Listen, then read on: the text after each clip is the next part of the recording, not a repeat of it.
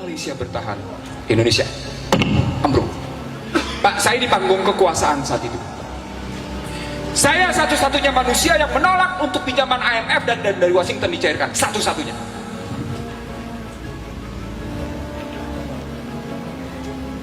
Ini sejarah, Pak. Saya tidak sedang menunjukkan siapa saya. Buku saya lengkap soal ini, Pak, tentang sejarah bagaimana Indonesia ditindas, betapa Indonesia begitu banyak pengkhianatnya, termasuk yang namanya mereka yang bergelar, maaf ya, subhanallah, astagfirullah, yang bergelar kiai.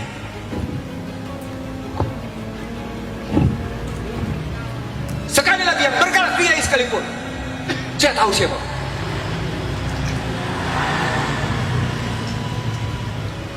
Buku saya menceritakan itu, bangsa terbelah. Sebagian orang tidak saya sebut, tapi dialah yang antara lain kaki tangan pengkhianat. Dipukullah Indonesia 97, ambruklah Indonesia. Habis ngakar-karuan.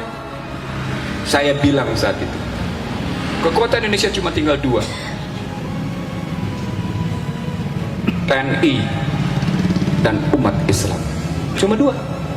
Itu kajian saya 97-98, bukan sekarang. Dipukul TNI-nya, kembali ke barak dengan istilah reformasi TNI, balik dia ke barak. Berarti cuma tinggal Islam. Di markas FPI saya bilang, Pak, saya pembicaranya. Di markas FPI saya bilang, umat Islam akan masuk ke dalam ajang adu domba.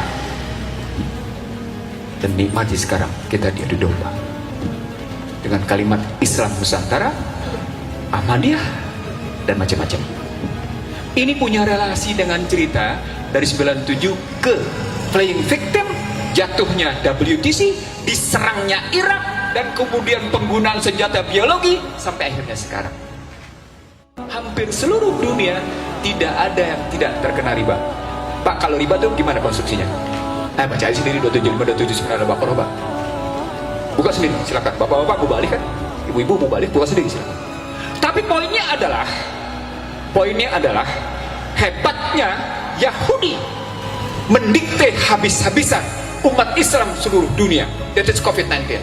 Anda disuruh sholat berjarak, Anda dilarang sholat Idul Fitri, Anda dilarang sholat tarawih tahun lalu. Nah, posisi. Saya jawab, kok gitu apa dong artinya? Inna sholati wa nusuki wa mayaya wa mati lillahi rabbil alamin. Lo bilang hidup lo mati lo untuk Allah, tapi sekedar menghadapi COVID aja ketakutan, padahal masjid tempat termulia. Kenapa mesti takut? Allahu Akbar. Nggak ada logikanya kalau lo memang mengucapkan akdun bi qalbinya benar. Pak, saya bilang sama Anda, saya begini sejak awal COVID. Mau nggak percaya? Buktikan.